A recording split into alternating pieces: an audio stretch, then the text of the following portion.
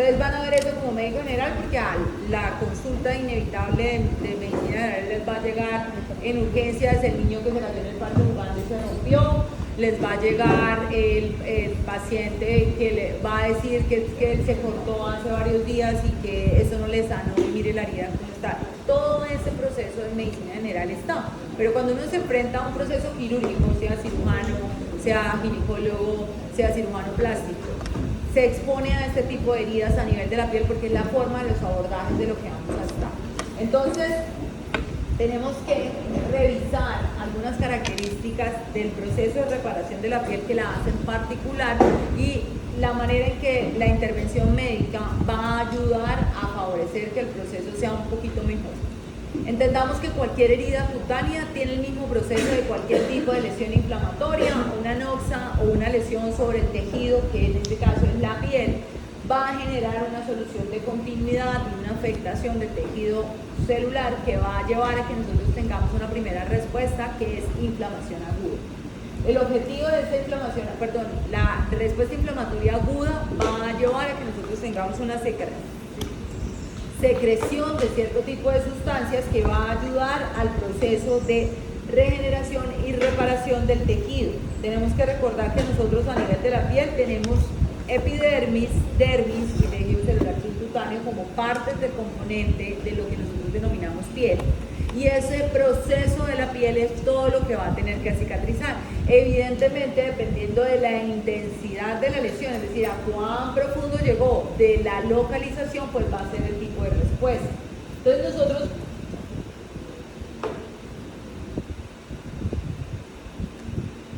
vamos a tener que el proceso inflamatorio agudo y la liberación de citoquinas va a hacer que nosotros activemos a nivel del parénquima células que me van a ayudar a ese proceso.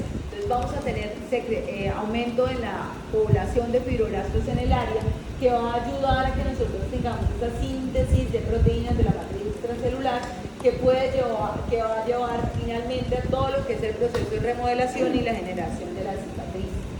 Entonces vamos a tener que volver sobre el mismo gráfico de la respuesta inflamatoria porque una cicatriz o una lesión en la piel no es otra cosa que una alteración que va a llevar, doctora, me está costando trabajo. Entonces, hoy no tomamos lista, hoy no hacemos quiz, pero me está costando trabajo.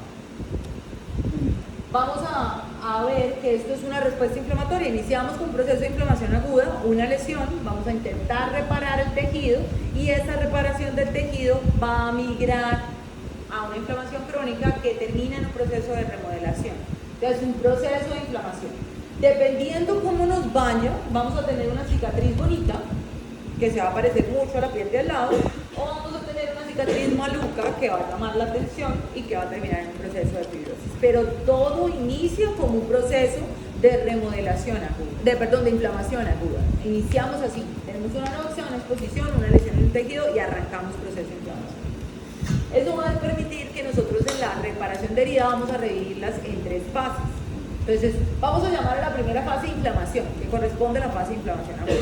La segunda fase, que sería la fase en la que nosotros tenemos mayor actividad del estroma, la vamos a llamar proceso de regeneración o fase de proliferación. Y esto va a ser el proceso de inflamación crónica. Y la fase de remodelación, pues siempre le decimos remodelación en todos lados, la vamos a dejar de esa manera, más o menos dura 4 días la primera, hasta 14 días la segunda y después de 14 todo lo que usted quiera en lo que se demore en la herida remodelada. La primera fase, el punto fundamental es entender que cuando yo tengo una herida en la piel, lo primero que estoy teniendo es una alteración en la hemostasis. La piel es la primera barrera que nosotros tenemos de defensa contra las lesiones externas. Si yo tengo una lesión, una pérdida de la falta de continuidad en esa piel, pues ya voy a tener una exposición contra el medio externo que normalmente no tengo. Entonces, una de las primeras intenciones, evidentemente, además de parar el sangrado, porque si yo tengo lesión de algún vaso sanguíneo, la herida va a sangrar. Entonces, lo primero que se va a generar es una activación de la cascada de coagulación con el objetivo de cerrar los vasos que se lesionaron. Pero también vamos a tener que tratar de cubrir esa herida para generar una nueva barrera entre la superficie externa y el medio interno. ¿Cómo se hace eso? A través de una costra de fibrina. Ese es como el objetivo inicial. Además de generar esa respuesta, nosotros vamos a activar secreción de sustancias para que me retire las cosas que no necesito. Ya una vez que el vaso esté obliterado, yo ya no necesito el coágulo, entonces también lo tengo que retirar. Una vez que yo mire qué células se murieron producto de que el vaso se rompió, el vaso sanguíneo se rompió y se generaron, debe haberse muerto alguna célula, porque eso tuvo que haber hecho apoptosis alguna que se quedó sin sangre. Todo eso tiene que llevar una respuesta inflamatoria. Y esa respuesta inflamatoria además me va a traer consigo la activación de factores de crecimiento para que yo empiece a cerrar arriba la epidermis. Pero todo el proceso de la nutrición que va a hacer que la epidermis crezca y los factores de activación vienen de abajo, de los vasos sanguíneos. Entonces, ese proceso en el que yo empiezo ya a tener activación de los queratinocitos, mayor proliferación de vasos sanguíneos para que me lleguen los nutrientes que necesito, mayor cantidad de fibroblastos en el área, ese proceso es lo que se llama proceso de proliferación y tiene un punto que es, digamos que clave en esta localización y es la forma de hacer o la presencia de tejido de granulación. Porque una de las cosas que es muy importante en las fases de cicatrización de la herida es esa forma en la que el tejido granula. Es decir, cómo hacemos nosotros angiogénesis para tener todo el material que requerimos para que se nos repare esa zona.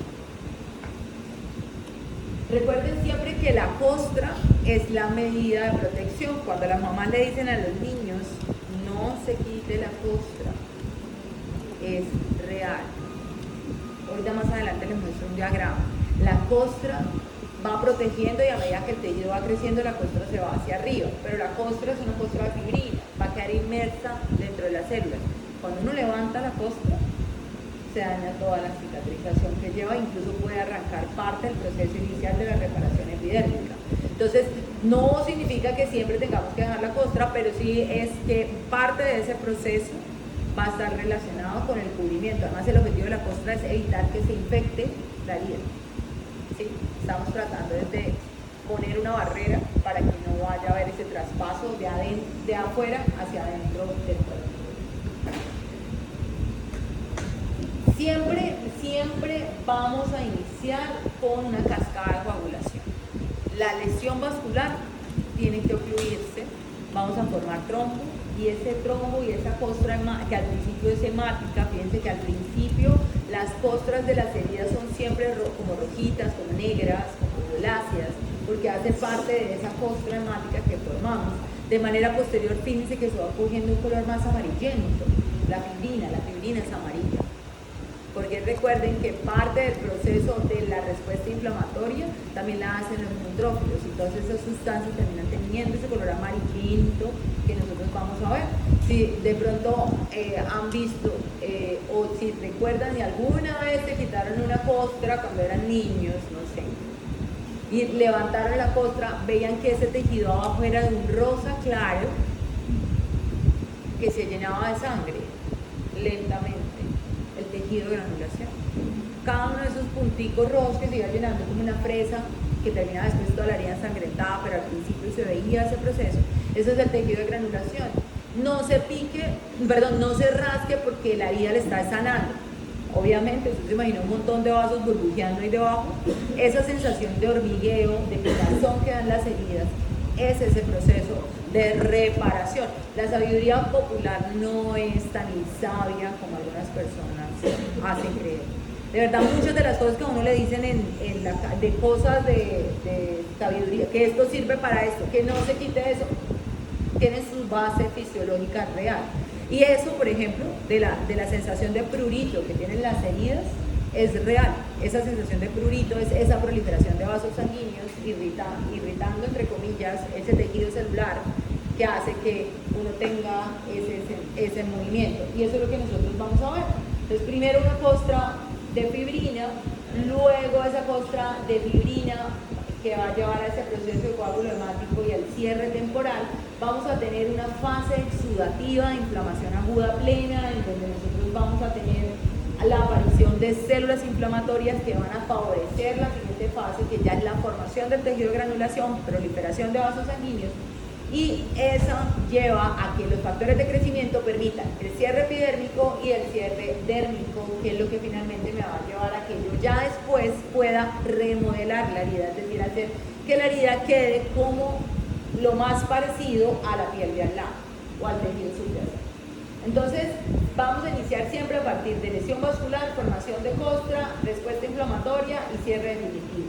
Ese proceso de cierre definitivo requiere puntos específicos a nivel de la epidermis, donde nosotros tenemos que entender que entre más cercanas estén las basales de los puntos que se separaron, entre más cercanas es mucho más fácil arrancar el proceso, porque lo primero que vamos a intentar hacer nosotros es aproximar los bordes, porque yo no puedo empezar a proliferar piel y hacer un cierre si yo no tengo los bordes aproximados. Entonces, siempre el objetivo de la respuesta inflamatoria, lo primero que ellos van a intentar hacer es cerrar esos bordes. ¿Y cómo lo hacen esos cierres? A través de depósitos de fibrina. Entonces se empiezan a construir, a mandar cuerdas de allá para acá para cerrar acá arriba. Por eso es que entre más nosotros podamos apoyar ese proceso de cierre, va a hacer que la respuesta inflamatoria sea menor, que el depósito normal de colágeno sea menor. Vamos a ayudar a ese proceso. Por eso es que nosotros hacemos intervención activa. No siempre podemos, pero digamos que es como nuestra intención. Pero también es cierto que hay algunos factores que van a hacer que ese proceso esté alterado, así nosotros hagamos como médicos o como personal de salud intervenciones y que no vamos a poder hacer nada. Nunca va a cicatrizarlo igual un paciente joven a un paciente adulto mayor. No va a cicatrizar bien un paciente diabético que ya tiene lesión de microvasculatura a un paciente que no es diabético. No cicatrizan igual las piernas de un paciente con un síndrome varicoso que tiene estasis venosa y depósito de detritus en esa área de componentes por el remanso venoso a un paciente que no tiene ese tipo de lesión. No cicatriza igual la cara anterior de la tibia, que tiene muy poquito tejido celular subcutáneo, a otras zonas del cuerpo que tienen una mayor cantidad de tejido celular subcutáneo. ¿Sí? Entonces hay ciertas características que van a hacer que la cicatriz sea más fácil de manejar a otros. Entonces las heridas no se manejan igual. Van a aprender ustedes eso, hacen taller de suturas en cirugía, es de los primeros puntos que van a hacer. Talleres de sutura en cirugía, hacen y aprenden cómo se manejan las suturas en cirugía plástica. ¿Sí? Yo no puedo dejar una sutura en la cara más de 5 días porque corremos el riesgo que se genere una sobrereacción y que vaya a quedar una cicatriz mayor en la cara. En la cara yo no puedo utilizar suturas más grandes de 0.7, 0.8 porque va a ser la lesión. En cambio yo no puedo suturar con menos de 0.3 la cara anterior de la pantorrilla porque por tensión la piel no va a aguantar y se va a romper. Ese tipo de cosas lo van a aprender más adelante. Manejo de suturas. ¿Cuánto tiempo se deja una herida con puntos? Dependiendo de la localización, cuáles heridas van con puntos, cuáles no le puedo poner puntos nunca. Entonces eso lo van a aprender ustedes. Después de ese proceso de que ya se cerró, viene la fase de remodelación y las modificaciones que yo voy a sufrir tratando de que la piel se parezca a lo que era antes. Nunca se va a parecer a lo que era. Pues nunca va a parecer de 100%, pero digamos que la intención es que quede lo más similar posible. Entonces volvemos a decir, una primera fase con formación de costra hemática, un coágulo, luego tenemos un proceso de inflamación en donde ya nosotros vamos a empezar a tener migración de células inflamatorias con el objetivo de empezar a aproximar los bordes, una fase de proliferación donde tenemos ya depósitos de fibroblastos, empezamos a tener activación de las células epidérmicas y luego la fase de remodelación en la que intento que todo quede como estaba previamente. Y esas fases son las que van a componer el proceso reparativo. Entonces ya les dije, más o menos el proceso de cierre completo dura 14 días. Pero cuando nosotros empezamos a hacer intervenciones queremos que ese proceso se adelgace, que termine. Entonces, ese tipo de intervenciones va a ayudar a que nosotros amortiguemos sobre la respuesta inflamatoria, haciendo que sea más estética la lesión, pero que también sea más funcional la piel, porque si yo amortiguo la respuesta inflamatoria, es menos probable que yo vaya a tener proliferación excesiva de tejido. Entonces, hablamos de los tipos de cierre, es decir, cómo hacemos nosotros los cierres o cómo se producen los cierres en estas heridas. Entonces, el cierre por primera intención es cuando yo activamente voy a intervenir sobre una herida. Entonces voy a cogerle puntos a una herida, voy a colocarle, voy a aproximar los bordes con unas mariposas de esparadrapo, voy a colocarle grapas a una lesión. Eso es un cierre de primera intención. Yo coloco un agente externo para ayudar al proceso de cicatrización. Para poder hacer eso, existen unas condiciones específicas. Entonces, la herida tiene que tener bordes netos, que los bordes sean limpios, que yo pueda ver exactamente las líneas, o sea, cómo está el borde de esa lesión, que no esté extensamente contaminada, o que si estaba algo sucia yo la pudiera limpiar y estoy completamente segura que la herida quedó completamente limpia. ¿Sí? Es como los principales requerimientos. Entonces, lo que les decía hace un momento, es el niño que está jugando en el parque y se cae el columpio y tiene la típica herida por debajo del mentón, que es muy frecuente que lleguen los bebés con esa herida acá por debajo del mentón, o que estaba jugando y se dio contra algún muro o algo y se rompió la cejita. Ese es el tipo de heridas. Son heridas de bordes netos que usted puede aproximar. Va a tener algunas características, algunos no los va a poder manejar el médico general. Si va en contra de las líneas naturales de expresión, si la herida va en sentido contrario, las líneas espaciales son en este sentido, y si la herida es así, pues va en contra del sentido normal. Las líneas, ya que vio el doctor, las líneas de expresión de la frente son de esta manera, y si usted tiene una herida en sentido vertical, pues va en contra. Usted no tiene que suturar en el mismo sentido, sino las líneas de expresión de la frente, por ejemplo, van a quedar chuecas. Entonces usted tiene que suturar en esas mismas líneas. Si usted no va a poder hacerlo, definitivamente se está dañando mucho. Para eso están los plásticos, ellos son los expertos en eso. Entonces, ese tipo de cosas van a aprender a manejar. Esas son las heridas que nosotros hacemos por cierre de primera intención. Yo lo que hago es aproximar los bordes. Cuando yo aproximo los bordes, el cierre de primera intención es tan bueno que yo acorto el tiempo. Ya no van a ser 14 días, sino, como les decía, en cara, por ejemplo, 5 días. Y en otros lados 7 días. Entonces, acorto el tiempo de la respuesta. La segunda intención son las heridas o que se avulsionó una parte del tejido, es decir, se perdió. 2, la inflamación o el edema que se da por la inflamación aguda no me permiten aproximar los bordes. 3, ya trae un proceso infeccioso instaurado, se cayó en un pozo séptico, ¿sí? La herida se cortó con el borde de un pozo séptico, la pierna. Como vamos, así la vemos, nosotros vemos que eso está potencialmente infectado. Hay una herida, una fractura debajo del sitio de la herida. Entonces hay cierto tipo de lesiones que yo no puedo suturar o no se puede aproximar, bien sea porque es mecánicamente imposible hacerlo, que falta un pedazo de tejido, porque es mucho edema, porque no la puedo aproximar, o porque definitivamente está infectada y no se debe suturar. Entonces esas yo las dejo que ellas sigan su curso natural. Obviamente hago intervenciones, porque uno va a lavar la herida, empieza a hacerle seguimiento, lo lleva a curación diaria y uno empieza a vigilar esa herida. Pero yo cuando la dejo que siga su curso natural de proceso de cicatrización, se llama segunda intención.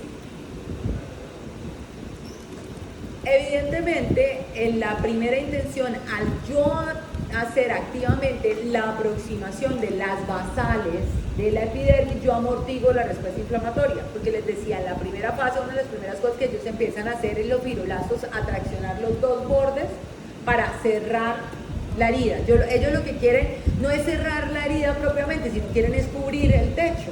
O sea, que no siga habiendo una comunicación del medio externo con el medio interno. Entonces ellos empiezan a hacer esa tracción tratando de hacer la aproximación. Entonces, si yo disminuyo la necesidad de proliferación de fibroblastos, voy a hacer que la cicatrización sea mucho mejor, que menos fibrina, menos tracción, menos depósito de sustancia. Entonces voy a hacer mejor eso. 2, la piel empieza a crecer mejor y se va a parecer a la que está al lado rápidamente. No partimos de un hueco donde tengo que empezar de cero, sino ellas están aquí y solamente tengo que hacer la proliferación en la zona para poder hacer el velcro de la epidermis. Entonces es mucho más rápido. Pero cuando yo tengo una segunda intención, voy a generar tener que generar un tejido nuevo. Y para la reconstrucción de ese tejido nuevo, lo que yo voy a tener que hacer es granular.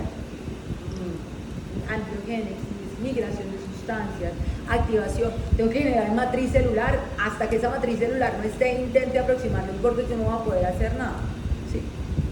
Como yo les digo, nosotros vamos a empezar a vigilar esa segunda intención. Y cuando yo estoy en esa vigilancia de esa segunda intención, yo puedo verificar si algún día de ese paciente empieza a llegar, yo le empiezo a colocar puntos de aproximación, le empiezo a colocar esparadrapos o puntos de sutura intentando aproximar, y un día cualquiera veo que lo puedo cerrar sin tensión. Soy capaz de cerrarlo con un hilo de sutura, lo cierro. En la segunda se vuelve tercera intención. La tercera intención es una herida que viene cicatrizando por segunda intención a la que yo le pongo primera, o sea, 3. Tercera intención.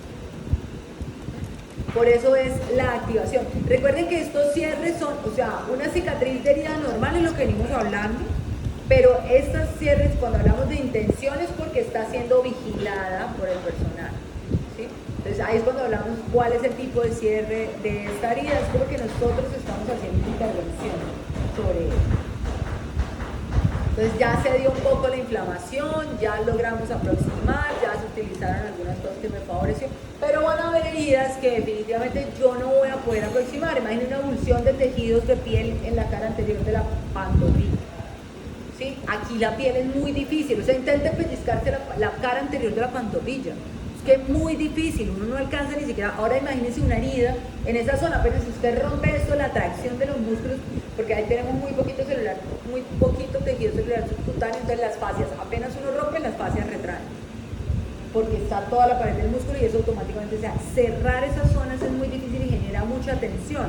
Entonces cuando usted tiene que colocar, para generar suturas de tensión, tiene que suturar de cierta manera, no sirven los puntos individuales, no sirve la sutura linda intradérmica, no va a funcionar en esa zona, le va a tocar hacer puntos de tensión que son horribles, que son los puntos en 8 o colchoneros, que llaman colchoneros, suena como colchón, exactamente por eso. Entonces es muy difícil en esa área, entonces usualmente esas zonas van a requerir una segunda intención, van a requerir curación y que uno vaya haciendo aproximación de a pocos, y cuando usted ya vea que puede cerrar, hace la sutura en puntos para favorecer ese proceso.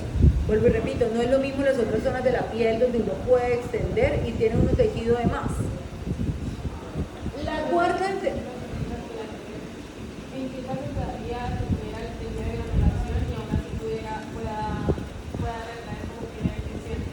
siempre va a haber tejido de granulación, porque igual uno lo que va haciendo es aproximando día con día o de acuerdo a cada duración, ellos van aproximando, esas heridas se aproximan por movilidad.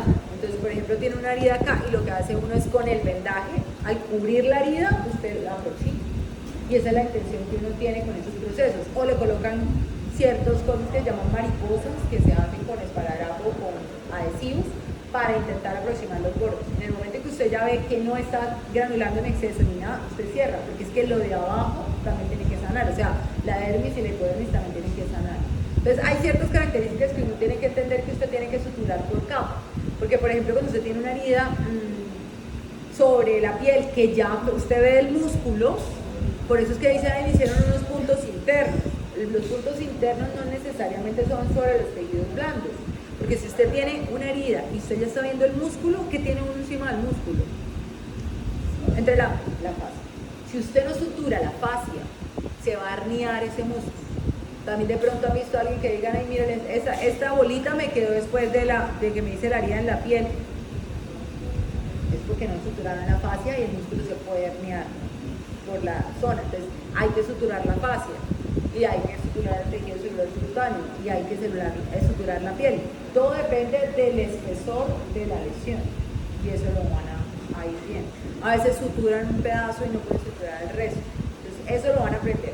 Pero digamos que por ahora vamos en que los tipos de sutura, los tipos de cierre que vamos a utilizar van en esto. Primera intención, cuando yo puedo aproximar de una con sutura. Segunda intención, cuando voy a esperar, no puedo aproximar y me toca dejar que ella siga su curso, vigilando siempre el proceso. Tercera intención es cuando yo tengo una segunda intención que veo que puedo aproximar con puntos. Y cuarta intención es cuando ya tengo tanta abulsión del tejido que eso nunca va a cerrar. Los bordes jamás se van a unir o es muy difícil que se unan porque ya están muy lejos entre sí.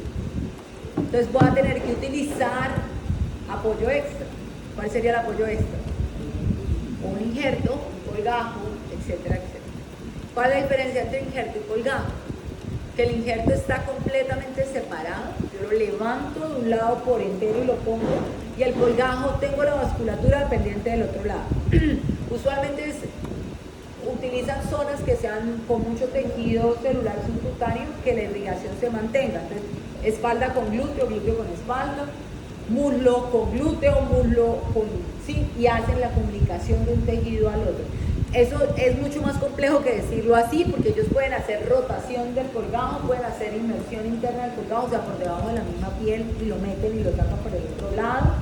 Hacen zetaplastias, donde cambian de posición ciertas zonas. Si una herida era vertical, ahora la volvieron horizontal para que quede en el mismo sentido. O sea, los cirujanos plásticos son una machera manejando esa elección. Y los injertos yo les hago el ejemplo, guardando las debidas proporciones y sin que nadie se vaya a sentir irrespetado, como cuando están colocando pasto en un jardín o en una zona. Fíjense que ellos colocan cuadraditos de pasto. Nosotros sí tenemos pedazos de injerto que son grandísimos, pero esos injertos nuestros tienen unos huecos. ¿Sí? Son injertos de malla. Los colocamos sobre tejido que está granulado. Tejido que tiene vasos sanguíneos activos. Ese tejido, cuando uno lo limpia, el tejido sangra.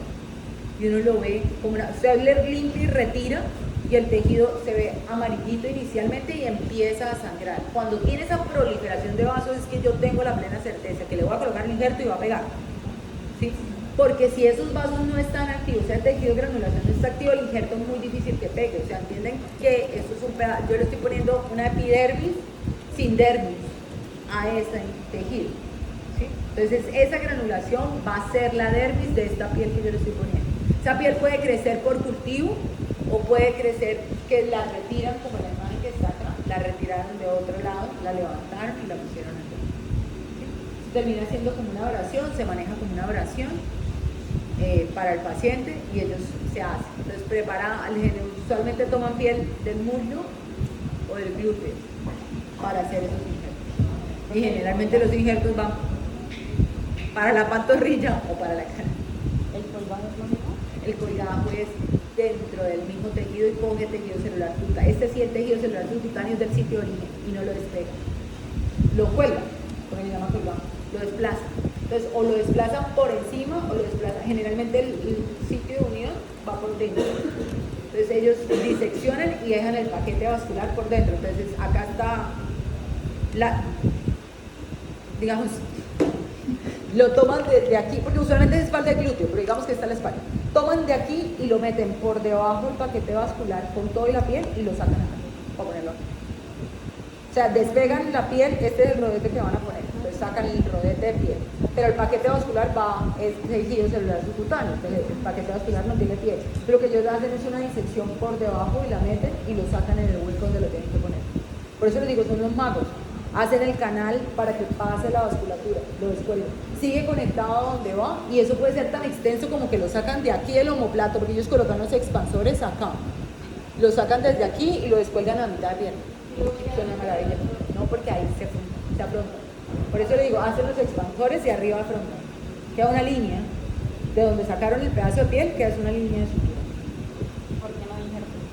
Porque si hay avulsión de tejidos, o sea, si el hueco, si lo que se perdió es muy grande con tejidos blandos, necesitan hacer colgajo. Entonces depende de lo que sea la lesión.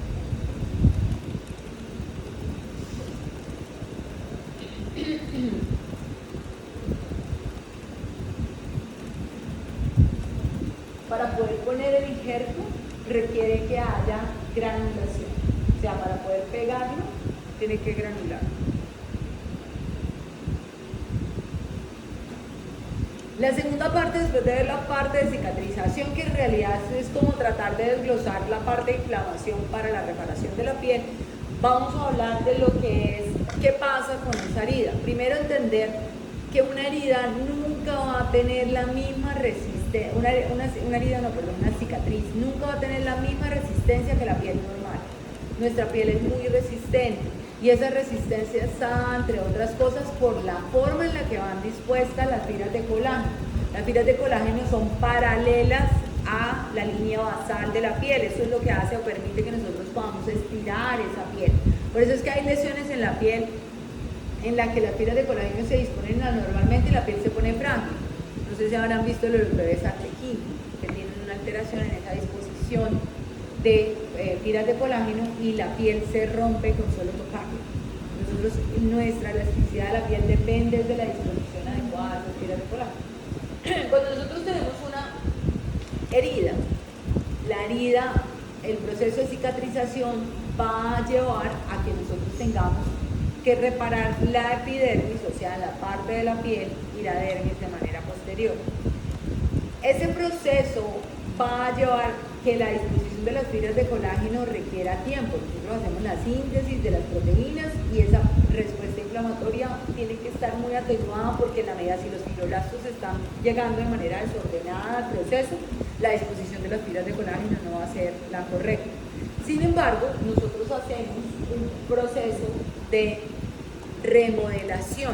Los macrófagos llegan y empiezan a adquirir, primero ya no necesitamos fibroblastos en esta zona, entonces se van los fibroblastos y empiezan a acomodar la matriz extracelular en la medida que puedan, tratando de que quede en ese mismo sentido y que funcione de manera adecuada. Si ese proceso no ocurre o nosotros no le mostramos a la piel que tiene que seguir siendo elástica mientras ocurre este proceso, la piel no va a tener esa elasticidad y se puede retraer la herida. Esos son los mayores problemas con las contracturas, porque a veces por dolor, porque no es solamente la herida en la piel, sino que el paciente se lesionó el tejido celular subcutáneo y está irritado el nervio, o porque el paciente tiene un multitrauma y el paciente no se mueve porque está inconsciente, o porque está en una zona de articulación, una zona de flexura, y el paciente no va a estirar porque le duele, el proceso de cicatrización va a quedar. Si yo tengo una zona de flexura, una herida, y dejo el dedo, la articulación quieta, la piel va a cicatrizar así. Entonces, cuando el paciente va a querer doblar el dedo, la piel se va a romper o no va a poder doblar. Va a quedar limitada la movilidad de la articulación por la cicatriz. Entonces, por eso les digo, el proceso de cicatrización es un proceso muy dinámico que hace que, obviamente no es lo único que hace plástica, pero que hace que el trabajo de cirugía plástica sea supremamente importante en eso. O sea, piénsenlo desde todo punto de vista: pacientes con quemaduras, los procesos de todo lo que son las lesiones a nivel de la cara, abulsiones muy extensas en pacientes en accidentes, o sea, todo ese proceso de lo que es la cirugía plástica reconstructiva es supremamente valioso en tener claro todo este proceso y cómo el manejo de esas heridas va a hacer que ese paciente y su piel y su articulación subyacente quede completamente funcional. Porque además también es cierto que si yo tengo una herida en la cara anterior de la rodilla y yo la tengo que dejar quieta para que cicatrice, ¿sí? Si la va a estar moviendo, la herida o la sutura se va a estar reventando de manera constante. Pero ¿cuán quieto tengo que dejarla? Porque si yo también dejo quieta la articulación, mi articulación también se va a lesionar, dejo de producir líquido sinovial, se me van a empezar a dañar. Entonces, todo ese proceso de esa parte de cicatriz es supremamente importante, pero también es importante que ustedes recuerden que nunca vamos a tener la misma resistencia. Esa piel siempre va a ser un poco más débil, no necesariamente porque se vea, sino porque va a ser más débil.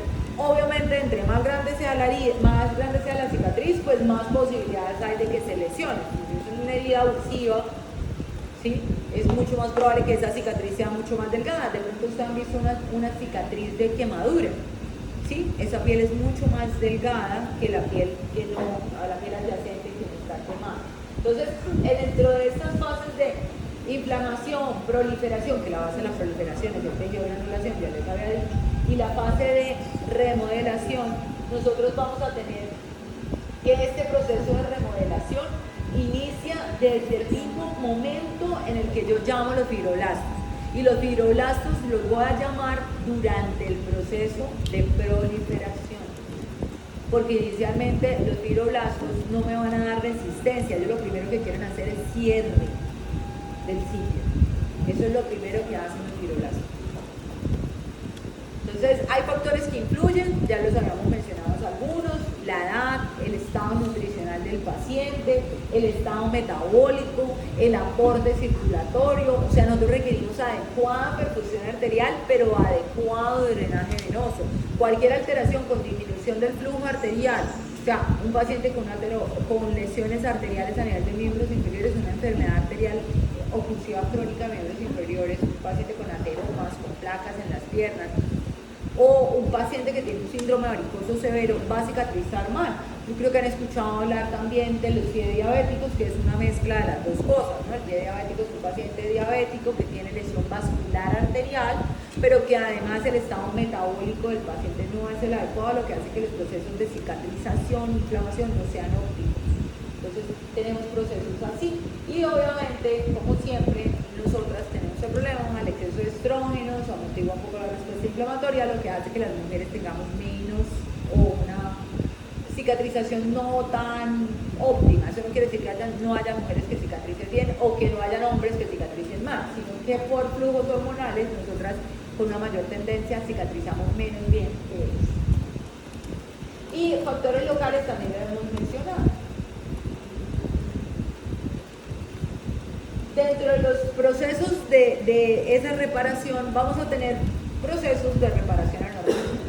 Los procesos de reparación anormal también son inherentes al individuo, pero van a influir ciertos factores. Lo que les decía, no es lo mismo una herida en un borde neto que un paciente que lo llevaron a una extracción de un lipoma, una herida limpia, con un bisturí, en una sala aséptica, a una herida con un cuchillo en una pelea. ¿Sí? Entonces, todo depende, así sea el borde neto. Entonces, así la herida sea neta, no es igual, no es lo mismo una herida con un vaso en la cocina de su casa a una herida con un vidrio caminando en una laguna. ¿Sí? Entonces, va a depender también del entorno y de las circunstancias. Entonces, nosotros vamos a tener varias alteraciones en esa reparación de la herida. Lo primero, que la herida no cierre, o sea, que tengamos una formación deficiente de la herida. Entonces, cuando yo tengo una herida que aparentemente viene cerrando bien, pero de un momento a otro se rompe o se abre, lo llamamos dehiscencia. ¿Sí? Eso es una dehiscencia de la herida. Puede haber dehiscencia de la sutura, que la sutura se abra. No es que la sutura se reviente, es que se me soltó, el hilo me quedó mal puesto. Eso es una dehiscencia de la sutura. Es diferente a una dehiscencia de la herida. ¿Sí? Dehiscencia de la sutura es se soltó el punto. Dehiscencia de la herida es lo que venía cicatrizando de la epidermis se rompió. ¿Sí? Yo ya veo otra vez abajo. Generalmente esa dehiscencia de la herida va en relación a algún proceso infeccioso subyacente o a algo que está pasando debajo. Entonces, o hay un seroma, o hay un hematoma subyacente a la herida, o hay un proceso de inflamación, usualmente. ¿Sí? No es normal que una herida que viene cicatrizando bien se rompa, porque se supone que están todos los factores ideales para que ella siga, esa epidermis siga cicatrizando. Y lo que les decía yo, una cosa es la epidermis y otra cosa es la dermis. El motivo por el cual yo no aproximo una herida contaminada es por eso. O sea, yo una apendicitis que era una apendicitis gangrenada, perforada, que requirió lavado, no la van a cerrar automáticamente hasta que no se aseguren que no se infectó la piel, porque por ahí salió, la puse, el apéndice fecal salió por ahí, los elementos que metimos para operar entraron y salieron por ahí. Entonces yo pude haber dejado siembras del proceso inflamatorio en el transcurso de las bacterias. Yo no puedo cerrar esa herida, yo la tengo que dejar abierta y asegurarme que no hay nada. ¿Por qué? Porque la epidermis, una vez arranca a crecer, ella empieza a crecer y abajo se pueden formar hematomas, procesos infecciosos, abscesos. Entonces ellos prefieren dejarla abierta para ver cómo va, y cuando ya ven que el tejido celular subcutáneo no se infectó, no tiene ninguna cosa, la cierran de manera posterior, es decir, hacen una segunda intención posteriormente. Pero no siempre se maneja así, a veces alguna herida la cierran y ocurre. Siempre que se tenga usted una dehiscencia de la herida, piense que hay infección o hay un hematoma o hay algo debajo. No es normal o sea, no es lo usual que eso ocurra.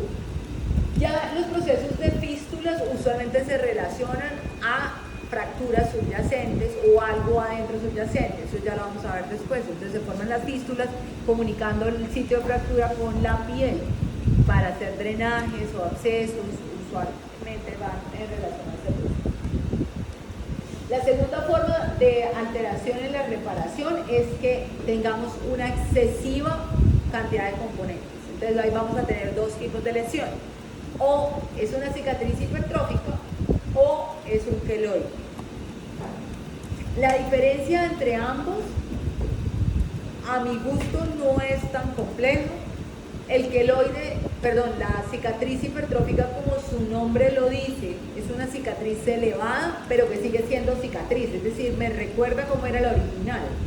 Mientras que el queloide, el crecimiento va por encima, pero es exagerado y altera, o sea, usted no puede recordar cómo era la herida, ¿sí? Entonces, generalmente, en la cicatriz hipertrófica lo que yo tengo es una proyección de la herida que va a hacer que la herida se vea elevada y engrosada, pero yo recuerdo o tengo la idea de que era una herida. Fíjense que acá viene un punto, por eso les decía yo, no siempre la primera intención es con puntos de sutura, porque cuando yo estoy haciendo un punto de sutura, entiendan que yo hago un trauma, la aguja que entra, la aguja que sale y mucha cosa no es igual. ¿Sí? Cada punto, cada vez que yo meto la aguja es una lesión nueva, o la meto, la saco. Entonces, por eso es que es este el proceso en que podría verse una cicatriz hipertrófica, se sobreleva. Obviamente hay diferentes técnicas, y uno puede hacer solamente un punto inicial y un punto final, porque el resto de la estructura va por dentro, pero va a quedar como está esta, en una cicatriz lineal, por ejemplo, y eso es hipertrófico. ¿Cuándo se vuelve queloide? Cuando el sobrecrecimiento hace que yo no pueda distinguir cómo es esa lesión. Entonces, existen unos factores de riesgo en ese sobrecrecimiento queloide y existen algunas formas de manejo. Usualmente, el queloide tiene una tendencia a presentarse en cierto tipo de personas, y cuando un paciente o una persona ya hizo un queloide, es probable que vuelva a hacer un queloide en otro lado. Entonces, por eso es que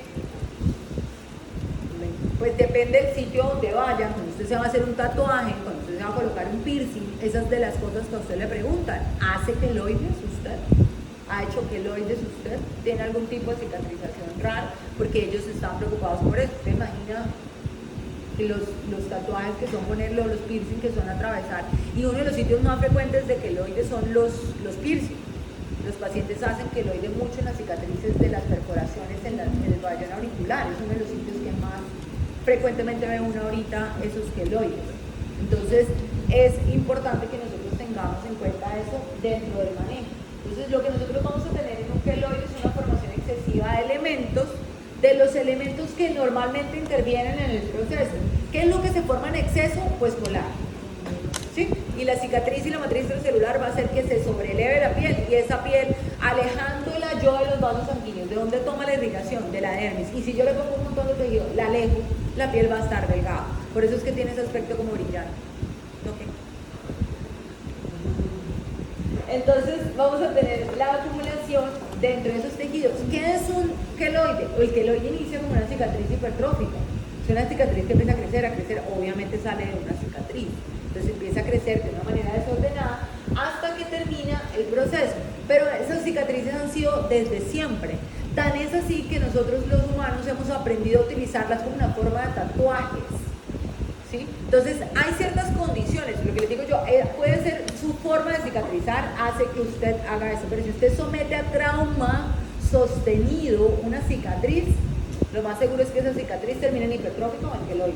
Es decir, si usted tiene una cicatriz y todo el tiempo se está rascando, o sea, cuando usted se rasca, si usted se rasca muy duro, automáticamente usted siente calor en la zona. ¿Qué hace? ¿Qué es eso? Inflamación aguda, usted hizo una lesión. Solo el hecho de rascarse sobre piel indemne.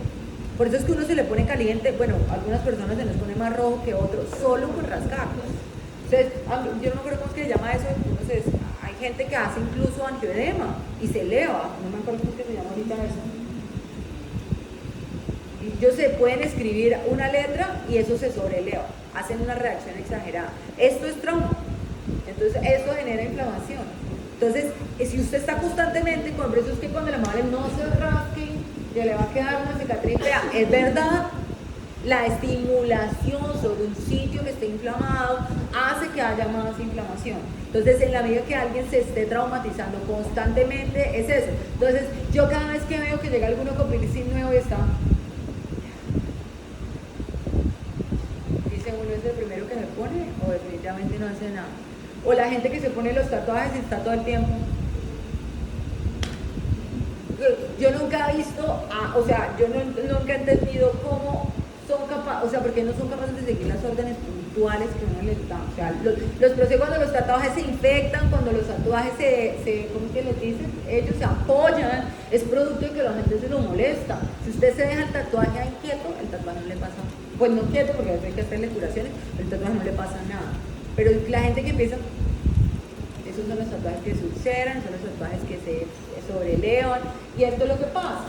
Entonces, nosotros hemos aprendido a hacer esa forma de expresión en la piel y es motivo de orgullo y es una cosa muy conocida y en el estudio de antropología es supremamente importante y genera para algunas tribus algunas formas, es decir, los tatuajes a través de este proceso, el término correcto no debería ser escarificación, porque la escarificación casi que genera es una cicatriz solamente, pero los procesos de hacerse estos tatuajes sobre algunas tribus son procesos tan grandes como es que se los hacen a los niños en la transición de adolescente a adulto, ¿sí? Entonces la primera vez que el niño va a cazar o que va de casa con los adultos, su regreso, si él consigue hacer la casa, es hacerle una línea de estas lesiones, y ellos utilizan formas alternas, le colocan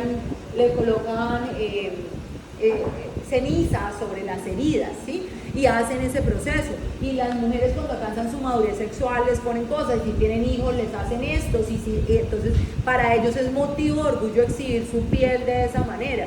Entonces, en algunos sitios incluso estos tatuajes los hacen porque quieren y respetan a los cocodrilos y los hacen para semejar, o sea, los procesos antropológicos detrás de estas marcas en la piel pueden ser muy importantes, o sea, obviamente para nosotros ahora desde el punto de vista estético es muy maluco, pero pues no para todo el mundo, lo que les digo, está la técnica de escarificación, donde arrancan los pedazos de piel, les aplican unas cosas para que queden esas heridas sobrelevadas, serían cicatrices hipertróficas en realidad, que también es un arte muy bonito al que respeto un montón, jamás me haría.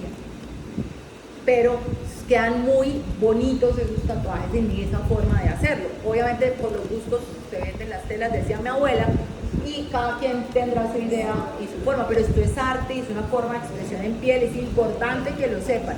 También tengan en cuenta que todos esos procesos adicionales de los que les he mencionado, cicatriz, piercing, tatuajes, escarificación, entre otros, expansores, todas estas cosas requieren sitios sanos, limpios y adecuados, elementos y personas entrenadas, equipos estériles, zonas de esterilización, y por eso los sitios son vigilados por Secretaría Municipal de Salud y tienen permisos de la Secretaría para funcionar.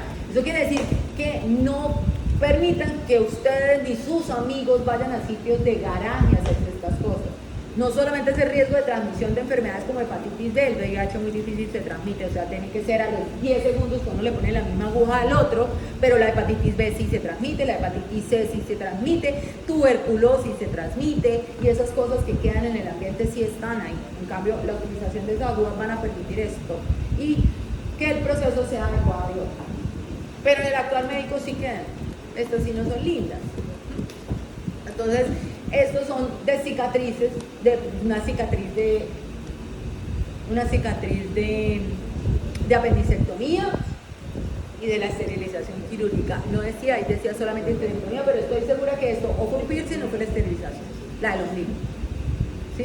Y un paciente tiene tendencia a hacer keloide una vez, va a seguir haciendo keloide. Es como la respuesta del proceso. ¿El keloide se puede formar porque es algo genético o por la estimulación?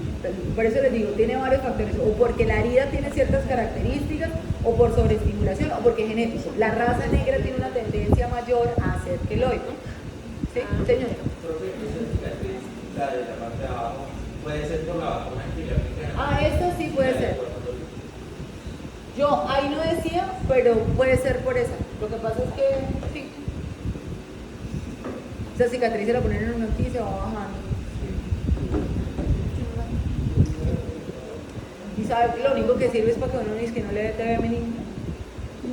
Y siempre queda horrible, ¿no? Además. ¿Profe, eso se puede quitar? O sea... Sí, eso tiene tratamiento, ¿no? O sea, también los cirujanos plásticos les aplican corticoides locales, hacen la resección, pero igual hacen la resección y aplican corticoides locales para evitar que haya una respuesta inflamatoria adicional, intentando mediar. Y estos son de los sitios más frecuentes que van a ver. Entonces, ¿qué es lo que nosotros vamos a ver? les decía al principio, nosotros tenemos una disposición paralela de nuestras fibras de colágeno. Aquí vamos a tener una alteración en la disposición de las fibras y lo que nosotros vamos a tener es primero un exceso de fibroblastos, pero esos fibroblastos empiezan a hacerme depósito de colágeno, que va a perder esa apariencia de paralelismo sobre la epidermis y vamos a ver que empiezan a hacer borlas. Borlas es como las huellas digitales, o sea, como círculos irregulares. Y esas borlas es lo que me va a empezar a separar cada vez más la epidermis de la dermis de los vasos sanguíneos y nosotros vamos a empezar a tener estas zonas avasculares. ¿Por qué se hipertrofia? Porque nosotros podemos hacer reacción de nuestra epidermis tratando de solventar, entonces podemos tener una proliferación de melanocitos.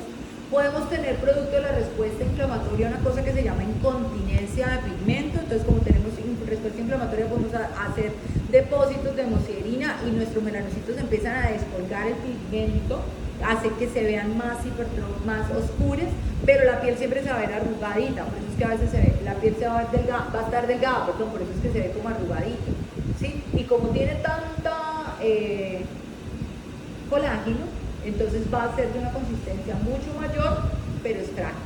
Es decir, si eso lo traumatizan directamente al tener una cobertura tan delgada, se puede romper esa cobertura. Y el depósito es esto, hace estos depósitos de tejido, son grupos o cantidad de fibra que va a ser acelular. Y hace esa disposición como en círculos, que es lo que uno denomina bolas. Ambas son iguales, la cicatriz hipertrófica y el queloide, son iguales, es la misma imagen. Hay personas que hacen cicatrices hipertróficas y ya, nunca pasan a un queloide. Y hay personas que pueden hacer queloide en algunos sitios de su piel y no en todo. O hacen un queloide y nunca más volvieron a hacer. Entonces, depende del proceso. Entonces, a veces los asustan y les dicen es que ese queloide no se lo quite porque igual le va a salir, no sé qué. Pues yo diría, ya lo pensé. Si a mí me llegara a salir un queloide alguna vez, yo diría, pues quítemelo y miramos a ver cómo me va con el manejo. Ya miro a ver si me vuelve a salir, pues ya digo yo, bueno, está bien, ya lo medito. Pero yo sí intentaría hacer el proceso, porque pues hay que mirar a ver cómo se vuelve a presentar.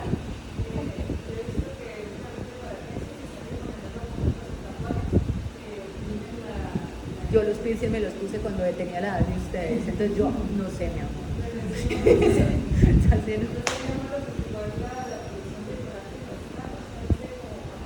Seguramente yo creo que al tratar de aproximar generan el proceso, pero yo sí siento que en lo que son, bueno, el piercing del ombligo es porque es una zona muy húmeda y la piel puede generar, el hecho de que haya tanta glándula en esa zona es lo que genera que haya sobreinfección y el trauma repetitivo es lo que hace. Pero yo siento que lo otro generalmente es eso, es esa sensación de... Es que yo cuando están ustedes aquí sentados, yo me doy cuenta de las cosas, de ese tipo de cosas, es porque no se lo pueden dejar quieto. Yo no sé si es porque les gusta, no, obviamente no yo, sino que de pronto los otros se den cuenta, o porque de verdad les molesta mucho, pero es muy fácil identificar cuando alguien se puso un piercing o algo, porque están constantemente tocándose el sitio.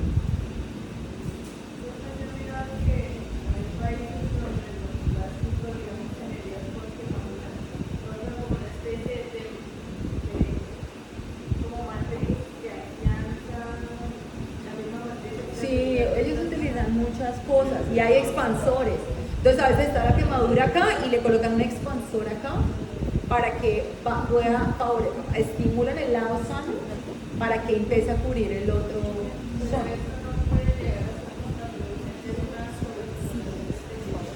No, porque pues eso está controlado, ellos utilizan materiales que generan por respuesta, todo esto está aprobado y como controlado. Fíjate con los que se hacen las expansiones, que es otra cosa que tampoco jamás me haría, cuando se colocan esos cachos, que se colocan los expansores dérmicos, que se hacen las lesiones, eso tampoco genera respuesta. Cuando hacen esa disposición, ya aquí hay gente que le gusta mucho sufrir, o los que colocan las cosas en los ojos, los tatuajes que colocan el iris, bueno, muy locos también, pero bueno.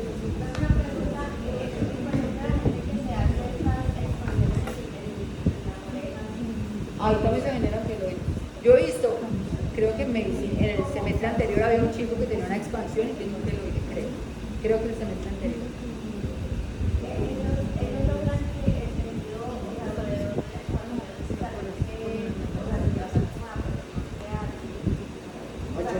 hacen esas correcciones, pero yo generalmente he visto que los que se hacen expansiones quedan por el hueco. Sí, por ejemplo, o sea, el hueco, o sea, Sí, y el queloide deforma en un punto de esa lesión.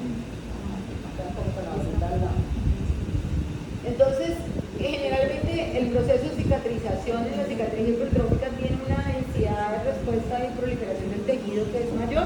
A veces las cicatrices son hipertróficas y después ellas mismas se aplanan solas después de cierto periodo de tiempo.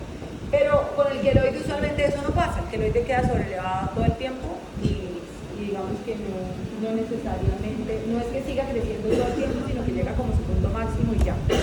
La segunda forma de proliferación excesiva del tejido, ya tenemos una de tejido celular subcutáneo correspondiente a colágeno, que son las cicatrices hipertróficas y los queloides. La segunda es que tengamos un tejido avulsivo, ¿sí? O sea, aquí ya no hay aproximación de la piel, tenemos una exposición de tejido blando. Entonces aquí lo que va a proliferar es el tejido blando. Entonces el tejido de granulación va a estar por encima del nivel de la epidermis de al lado. Yo les había dicho que nosotros necesitamos este tejido celular subcutáneo proliferado o ese tejido granulado cuando voy a poner injertos o voy a hacer alguna cosa adicional, o porque estoy intentando llevarlo a tercera intención, o sea, una segunda que quiero llevar a tercera intención. Obviamente, si es una segunda que estoy tratando de migrar a tercera intención, si eso está muy alto, no se van a poder aproximar nunca. Entonces ellos tienen que llevar a remodelación esa segunda intención. Usualmente cuando uno tiene esas heridas avulsivas, utiliza apoyos. Entonces uno utiliza cremas, que utiliza fitoestimulín, que le hace las curaciones, que le colocan la gelatina sin sabor, porque la cantidad de colágeno que tiene la gelatina sin sabor, que utilizan algunos componentes diferentes como panela. Yo he visto utilizar cirujanos plásticos panela sobre herida para que granulen los tejidos, no me pregunten por qué, pero lo hacen. Y obviamente eso están cubiertos, se utilizan otras sustancias provocando. O sea, el fitoestimulín creo que es un hongo o es derivado de un hongo que favorece los factores de crecimiento y ayuda a que haya esa granulación del tejido. Entonces, todo este proceso es con el objetivo o hacer volver una segunda o una tercera intención o colocar un injerto. Fíjense que este que es el tejido de granulación, miren cómo sobresale donde está la epidermis, miren cómo sobresale. Entonces, a mí me impediría hacer cualquier tipo de manejo sobre esa zona. Entonces, usualmente estas heridas son heridas que no pueden estar descubiertas. Entonces, ellos van a curación cada 2 o 3 días, porque tampoco pueden ir todos los días, dependiendo del área, tienen que ir todos los días. A veces el área más pequeña no va todos los días. Entonces, son heridas que están cubiertas y que ellos retiran la cubierta y cuando van a hacer sobre granulón. Y tienen que, dependiendo de la extensión, hasta programarles cirugías para hacer el raspado del área para que puedan hacer el proceso de cicatrización. Y ya lo último es la aparición de contracturas. La contractura va a estar generada o por el tamaño de la herida o por el tipo de lesión. Las contracturas son más frecuentes después de quemaduras, porque en la quemadura usted no solamente tiene la lesión epidérmica, sino que usted va a tener afectación de la dermis e incluso de la hipodermis. Esos son los grados de las quemaduras, ¿no? Dependiendo de la densidad de profundidad, va a ser 1, 2 o 3 el grado de la quemadura. Entonces, solo la epidermis, la dermis o la hipodermis. Entonces, evidentemente, entre más profundo sea la lesión, mayor posibilidad. El daño térmico es una de las cosas que más genera daño en la piel. La cicatriz de una quemadura extensa es tan grave y genera tanta lesión que uno de los factores de riesgo para hacer cáncer de piel es tener una cicatriz de quemadura. O sea, sobre los sitios de cicatriz de quemadura es mucho más probable hacer un cáncer de piel. Entonces, estas zonas como esas piel, además de tener la lesión en la epidermis, tiene la lesión en la dermis, que es la que genera toda la respuesta, pues esas pieles van a ser irregulares, delgadas, generan más fibrosis y dependiendo de la localización, pues no se va a proliferar adecuadamente, entonces quedan en ese proceso. Por eso es que cuando uno entra a una sala de quemados, no se le va a olvidar nunca cómo es ese proceso. Ustedes no pueden imaginarse cómo sufren esos pacientes. Y la entereza que tienen que tener ese personal para hacer esos lavados y esas curaciones, porque los pacientes hay que movilizarlos. O Si usted no moviliza la piel, no se va a generar. Y usted se puede imaginar del dolor que puede sentir una persona que le mueva en un brazo quemado con una cicatriz que se está formando y una piel que empieza a romperse. Entonces, por eso les digo, este trabajo es tan valioso, o sea, todo lo que es reconstructiva es tan valioso, bien por las que hacen estética, pero la cirugía plástica reconstructiva yo creo que tiene que ser una cosa muy gratificante para ellos. O sea, yo sí vivo admirada ese proceso de ellos porque este proceso es tan complejo, el proceso de cicatrización, y la forma en que se apoya de cirugía plástica es una maravilla. Creo que el anterior se puede dar en que no bastante. ¿Cuál? El de granulación. Si ellos están granulando, todo lo que yo deje granulando, sobre todo en esa zona uno deja granulando para colocar en gel. Entonces sí es probable que esté. Muchas gracias, chicos. Ay, espere, niños, el viernes mi mantilla dio toda la clase.